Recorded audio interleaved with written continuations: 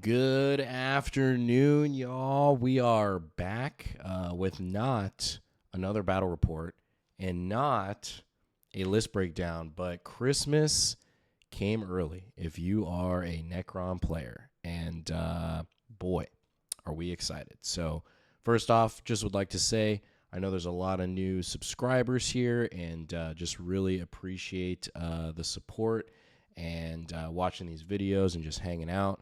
I am by no means like the best player in the world or anything like that. I just love this game of 40K, and I'm always just trying to improve myself and get better. So I think the biggest thing for me and the goals for these videos is, if one of us gets better, all of us get better. And just hopefully there's knowledge in each one of these videos that even though it's directly kind of tailored to Necrons, at least right now, there are things that maybe you can apply to your own army that will give you some value, I hope. So let's just get into this here. So Necron points updates come out today and rules updates. And we have the points pulled up first, and we have the Satan going up, which honestly I think it makes sense. I think we can all agree that Satan are undercosted, and I think they could be compensating for the value going up in the Star Shatter detachment because it does give you the ability to double reanimate Satan with that strat. But I've also heard things where this is not the balance pass for the actual Grotmist detachment, so I guess we'll have to wait and see. Race going down. Yeah. Doesn't make much sense. I mean, I love it. I think it's great, but it's a block of 6 race going down 20 points. That is huge. I will be going over my Awaken list probably in the next week or two, which I think is going to be super strong post these point updates and rules, which I'll explain here in a little bit. But yeah, race going down. I think that is fantastic. Doomsday arcs staying the same. We'll see if they go up at the end of January, if they're going to do another pass. But that's crazy. Flayed One staying the same. Ghost Arp going down. I still don't think it's Steve's play. Hexmark going up. I think Hexmark is just a great piece. I think it makes sense at going up 5 points. I mean, what can you do? The Hexmark as well, I think, has some better synergy in the Annihilation Legion with that update, which we'll go over. So it gives his ability essentially an AP3 weapon, which is pretty nasty for a 75-point unit that can Overwatch for free. Mortals going down 5, so going down to 70. Decent. Warriors, 10 points, going down to 90. I mean, I don't know. I don't think they see play still, but I could be wrong. Fidians going down to 80 is pretty interesting. So they have a similar ability like Mandrakes and Drukhari or something like that, where they, at the end of your opponent's turn, you can pick them up and then put them back down. They have native Deep Strike, 4-up save. I think they're 2 wounds each.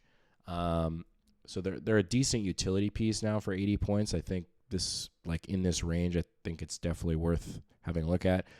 Plasmants are going down 5. Nothing wrong with that. Royal Warden going up 10. Kind of random. I will say in my Awaken list, which you're going to go over in a week or two, I am running the Royal Warden now just because the points break was a little awkward. And so, long story short, I dropped a Locust Destroyer and brought in a Royal Warden, which I think synergizes with the detachment really well because a lot of people are trying to counteract your ability to res characters, specifically Xeris. So the Royal Warden offers you a 12-inch once per game. Basically, you just auto pass a battle shock test, which is super, super strong, super good, and could just be a utility piece in the early game as well if you need to, or a screening piece. So, and then Scorpek's not getting touched. I love that. And then the Transcendent Satan going up 10. So that rounds out at least the points changes. I think this is overall a side grade. We will see if they touch Star Shatter later and just see how it does. I mean, I think Star Shatter is definitely going to be the go-to detachment, especially after we see the changes from the rules update, which let's just flip over and get to it here. So, Necrons, Annihilation Legion.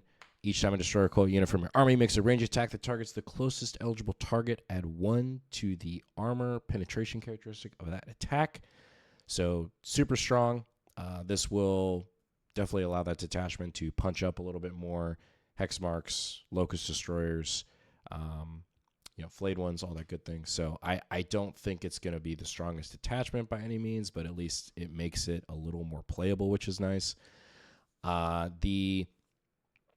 definitely think Star Shatter and Awaken are going to be the go-to detachments moving forward, especially after this Hypercrypt change, which is basically instead of picking up 3 units a turn, we can only pick up 2. Now, with the Dimensional Overseer attachment, that's 25 points. It bumps that up to 3 units, but I think the biggest thing that changes this detachment is the new Deep Strike rule, where you can't Deep Strike 3 inches anymore. Everything is moved to 6 inches, which I think significantly hurts Hypercrypt, because a big synergy of that list, or a lot of the lists that you saw that were doing well, is more or less like a Tesseract Volt with a couple Satan, a couple Doomsday Arcs, and the Silent King. Now you can bring up 1 less unit from that package, and these vehicles are big, so it's already hard enough finding like space for them, and bumping the 3 to 6, I think it just creates problems where I think it really does knock Hypercrypt out of contention as far as being our best competitive detachment moving forward. I really think all eyes are going to be on Awakened and Star Shatter. Now, the armor pen train change is very interesting because obviously Necrons do not have access to AOC. So I think this is a huge buff for, well, not a huge buff for Necrons, but it definitely does help, because when we were fighting against Archangels, Grey Knights, that sort of thing, even though we have a lot of AP4 guns, we also have a lot of options for AP2. So having the ability to maybe have like an AP2 ignore cover in your list, and all of a sudden, they can only have 1 activation ignoring that AP, I think changes things. Makes it at least a little more interesting. At least it helps us because we didn't have access to it. So I think overall, looking at these changes, I mean, more or less my lists do not change. I think the go-to Star Shatter list is definitely going to have at least 2 Doomsday Arcs in it for the time being.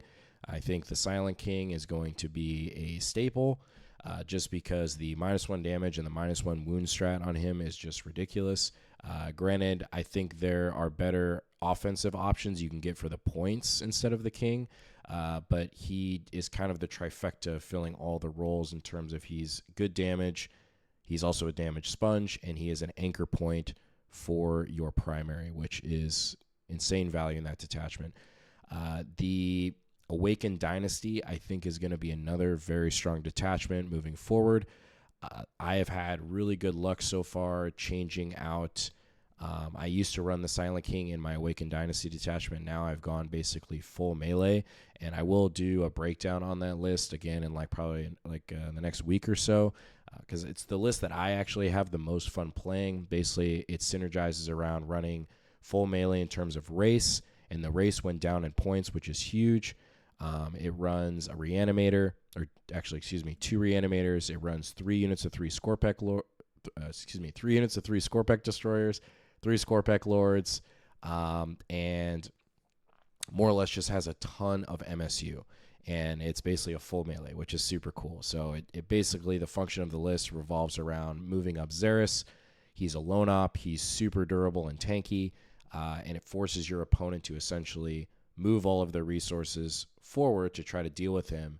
And the problem is that you just spend 1 CP, you bring him back. Granted, they could still charge in and kill him, but the detachment revolves, or that list revolves around your opponent trading down really bad in the early game, and hopefully you can capitalize on it and edge out a victory. So it's extremely strong on primary, which I think Star Shatter lacks.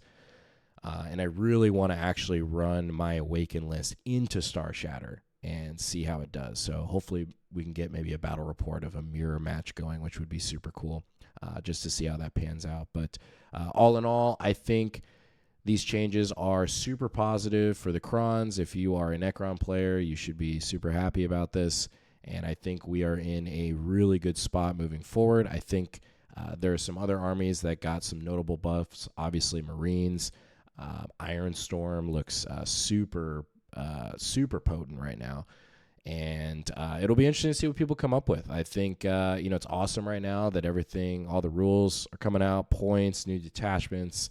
Nobody really knows, right? I mean, we can get a general idea of what's going to be good and what's not going to be good, but at the end of the day, until you get on the table, you don't really know. So I hope you all have some great Warhammer games this week. Again, coming full circle, really appreciate the support, and hope I can bring out some more valuable, just competitive Warhammer content, because I just love this game.